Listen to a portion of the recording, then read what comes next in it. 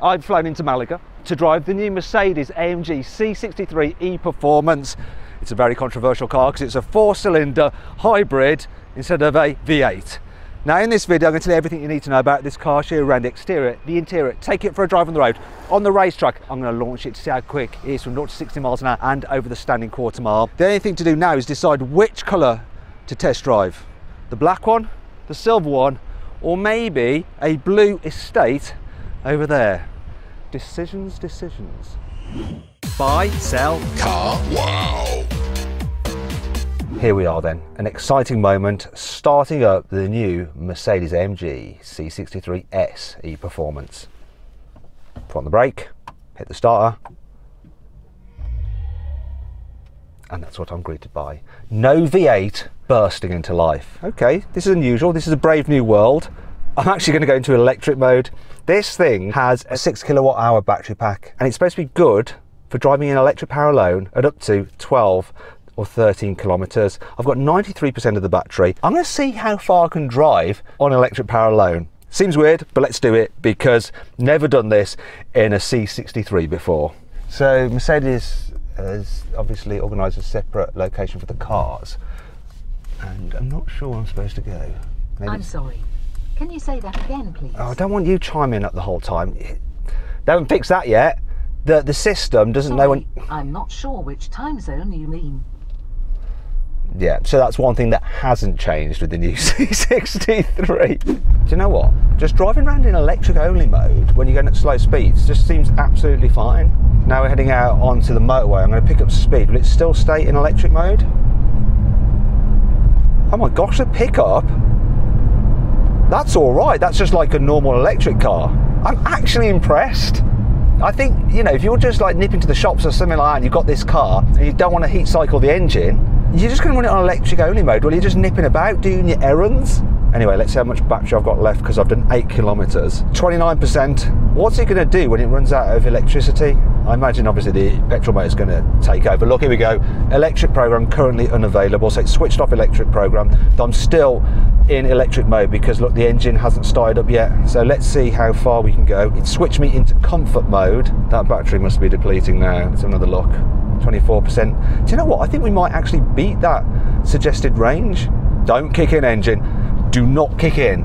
Never thought I'd say that in a C63. Oh, the engine's just kicked in. There we go, that's it. So the battery's down to 21%. So it looks like what it's done is that it lets it go down to 20% and then it needs to get the engine in because it always needs to keep some battery in reserve if you need to get the car to deliver its full performance with the engine combined with the electric motor. That was interesting. It did 11 kilometers on electric power alone. That's enough for most people just nipping around in their like local town and stuff like that. Now let's see how quickly it can charge up. One of the things about this battery is it's supposed to be fast charging and also fast power delivery as well for when you want to have some fun. So I'm actually going to whack it into race mode now. I'm going to floor it, see what the gearbox and motor and engine combined, how they all work together. That was quite interesting. I noticed when I floored it, the motor gave the power first, so I felt that initial pickup coming from the motor. Then the gearbox changed down and the engine came in. There's hardly any turbo lag either. That pickup was smoother than I felt when I drove the AMG GT E-Performance. So once again, I'm going to floor it. Yeah, you feel the motor go first, a slight delay while the engine and gearbox sort themselves out, and then it's off.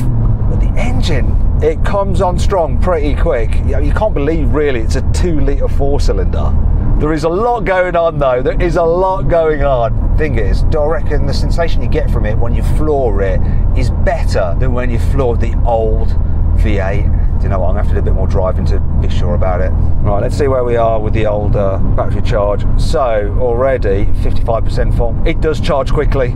Also, let's have a look at the economy. So, this thing is doing 10.4 litres per 100 kilometres over the 23 kilometres I've done, which is around, if I do the maths in my head quickly, 27 miles per gallon. Which, considering it's a car with 680 horsepower, is pretty decent. Let's have a look at what exactly is powering this car. So, you've got a 2-litre 4-cylinder petrol engine which is mounted longitudinally. It puts out 476 horsepower. So it's a similar engine as in the A45S, but they've turned the wick up on it slightly. It is the most powerful 2-litre 4-cylinder production engine in the world, and it's been assembled by Shafat Malik. Now, one of the key features of this car is the turbocharger, which is here. It is actually electrically controlled, so it's initially spun up so there's no lag. Also, the big thing about this car is the fact that it's a hybrid. You see, on the rear axle is a 204 horsepower electric motor. That has a 2-stage gearbox, and the second gear comes in at over 80 miles an hour, so it's only really for high-speed use, that second gear. Now, that electric motor can send power to the rear axle or push it forward as well to the front axle, because of course this car has an all-wheel drive system. When you combine that with a 9-speed automatic gearbox and launch control, it should be pretty quick off the mark. But exactly how quick? Let's find out. Okay, here we are, moment of truth. I'm going to launch the new C63. What's it going to do? I've got my specialist timing gear down here. Supposed to do 0 to 60 in 3.4 seconds. I think it might be quicker, but how much quicker? Let's do this. Go. Oh yeah, good. 0 to 60, what are you going to do? 3.05. What's the quarter mile? What's the quarter mile? Woo. 11.32. I had to brake for a turn. I think I was braking before I did the quarter mile. Let's go again.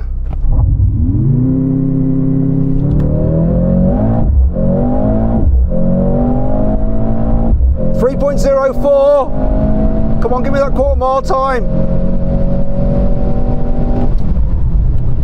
Oh, 11.2! 11.2! Once again, I was on the brakes for the turn. I think it can go a little bit quicker. 3.04 though. That is so quick. Right, one last time. I've moved my specialist timing gear up here so I don't have to look down. Let's go.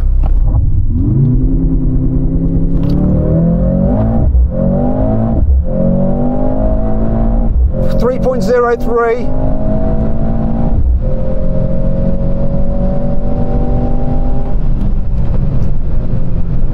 .21. That's insanely fast. This car is crazy. Now what we're going to do is run through some 0 to 60 times and standing quarter mile times as some of this car's competitors, so you can see how they all compare. Is the C63 the daddy? Let's find out.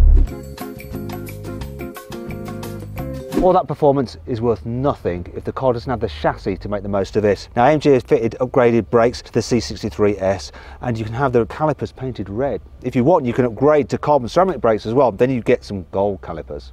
The C63 gets a rated sport suspension over the standard C-Class, and you get adaptive dampers as standard. There's 3 different settings which you can choose between. There's Comfort, which is soft, you know, a little bit floppy. Then there's Sport, which is stiffer. And then there's the Sport Plus, which is fully stiff.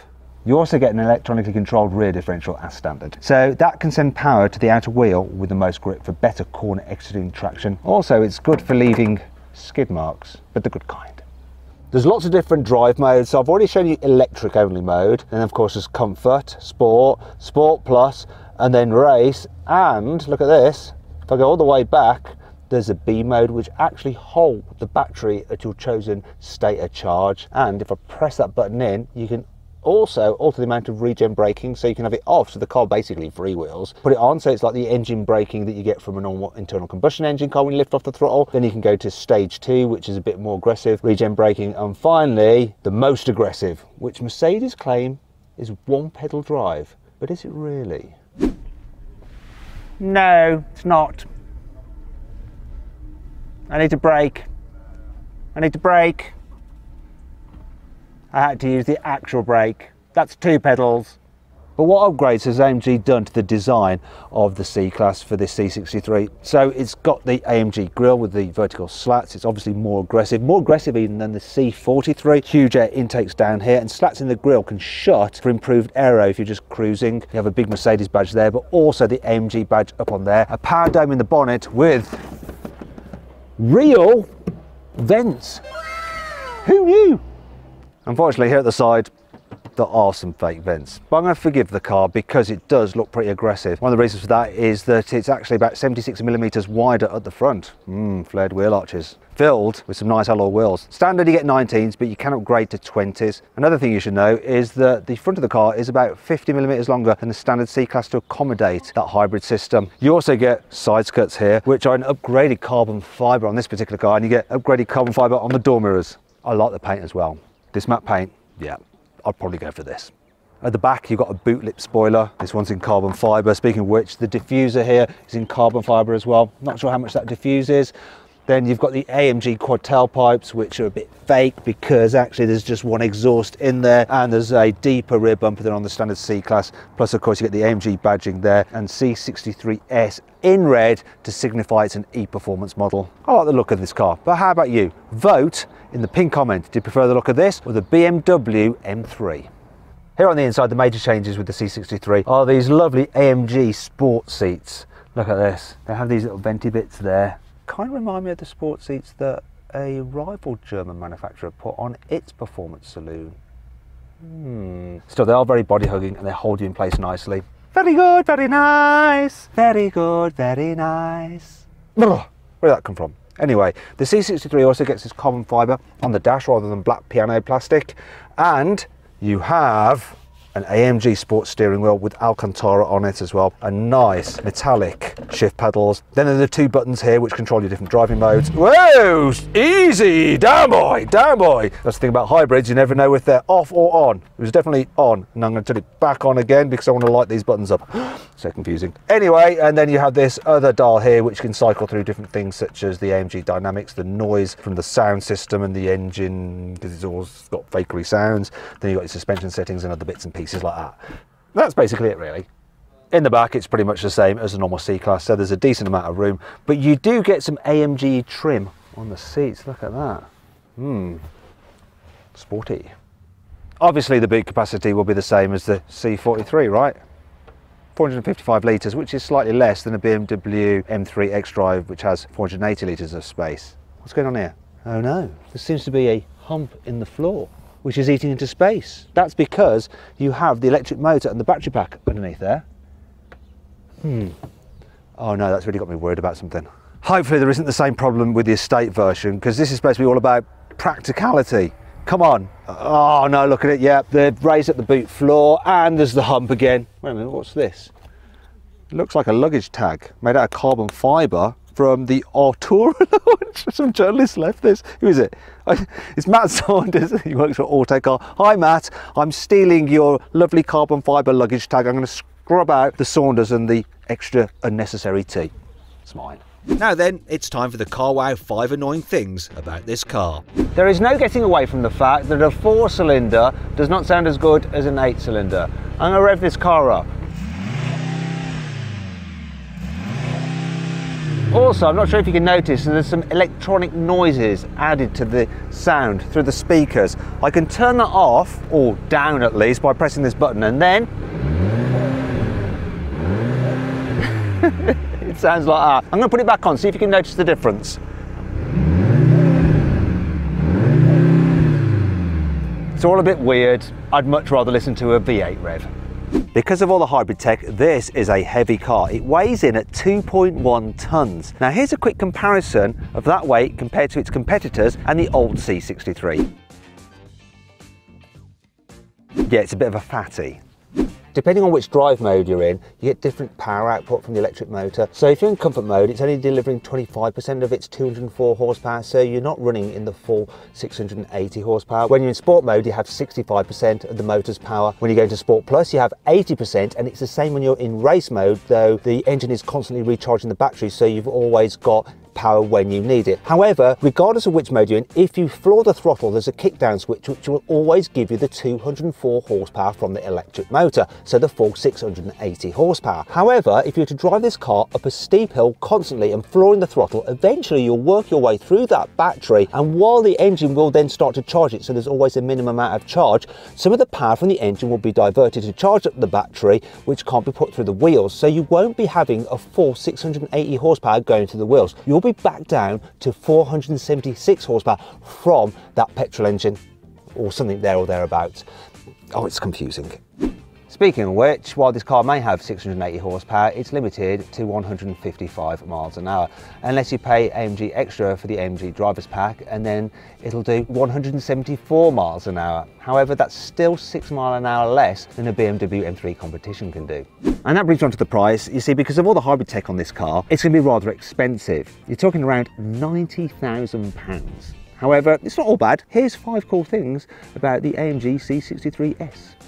In the old V8 C63, which was rear drive in the UK, you really felt the ESP constantly cutting in. However, on this car, the ESP is so very good that you can run it on track, drive like a loon, in ESP on mode, and you don't feel any interference at all. It's so seamless and very, very clever. There's also a drift mode that allows you to do big, silly skids. You get rear wheel steering as standard, which makes the car both more stable, yet more agile. It's engineering witchcraft. There's extra chassis bracing over a standard C-Class, so you get this strut brace here, and there's also a bracing plate underneath the engine. You get those on the C43. What you don't get on the C43, which you get on this, are extra bracing points around the car as well, including a special X-brace just by the motor and battery in the back, in the boot. Makes the chassis stiffer. AMG spent a load of money on a special driving simulator to develop the AMG One, and they've actually used that to develop this car, so it's had hours and hours and hours and hours and hours and hours and hours and hours and hours and hours and hours and hours and hours and hours of development. You get specific AMG driving displays and gauges, such as this Super Sport mode and track pace. More on that in a second. You also get AMG graphics in the heads-up display and specific AMG modes here on the screen, such as AMG Performance, which does all your monitoring of the vehicle's function. And look, an IWC clock, though I'd rather have a normal IWC clock like you got in the old car. Anyhow, you do have this other feature called track pace. So there's a lot of different tracks listed in here, which AMG have mapped out. And what it does is allow you to do the overtake function that they do in Formula One. So this car will give its full 680 horsepower when you floor the throttle and activate that kick down switch. And this system will tell you when you should do that at what part on a track to go as fast as possible. All I need to do now is try it out. I'm about to go out on track in the new C63 SE Performance. And I've got to have a little bit of an induction process, not to tell me about the track, but more about the car and a feature we're going to use for it. So I've got to do that, learn the track, and I've also got to learn the new features on the car, try those out while driving on the new track, while assessing the car and not crashing and talking to you. Wish me luck. So you're going to tell me about boost mode. That's what I like to do now. So our recommendation is that we try out this boost strategy. Okay, so I'm going into the menu. One more. Yeah. Now you can select with this menu when you go on this. Hot lap or endurance. Are we going to do a hot lap? We can do hot lap. So what will hot lap do? Just give me full boost? Explain you. Go on endurance. Oh, not hot lap then. The car is automatic in race mode. There are 2 boost sectors, okay? Boost shows you on the display with boost. When it shows boost, it's just next straight. Then it starts blinking, but just watch on the boost. Not release the gas, just go off kick down. Can I drive it? Can I just drive it? Okay, there's all this stuff about boost mode. I have to look down at my dials to see it. I'm not sure that it's properly engaging, and quite frankly, I need to focus on staying on track and seeing what it feels like, so I'm going to just ignore boost mode. Because then I was looking down and I got a bit too close to the guy and it's all just a bit sketch. Let's just drive the bloody car, eh? Oh, you can feel the weight dropping down into the turn. Other than that though, it seems pretty agile. The way it turns in response to the steering on track is actually very good. That rear wheel steering doing its thing. Whoa, it's got some poke out of there. I was boosting, but I don't know whether I'm doing the boost thing proper. I don't know.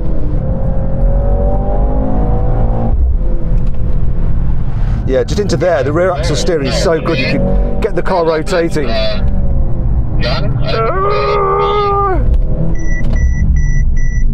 The emergency braking kicked in then because it thought I was going to crash in front of the lead driver. Or you can feel the weight through there, that sudden change in direction. Here we go, boosting! You can see me just dropping the car behind and I'm hard on boost. It feels quite agile though, moving about beneath you. I actually like it a lot more than I thought I would, because it is heavy, and you do notice that weight, you do. But it doesn't mean that it's bad, and it doesn't mean that it's not fun. Here we go, boosting! It handles with a nice balance, it turns in well, it rotates nicely. You just can feel that weight.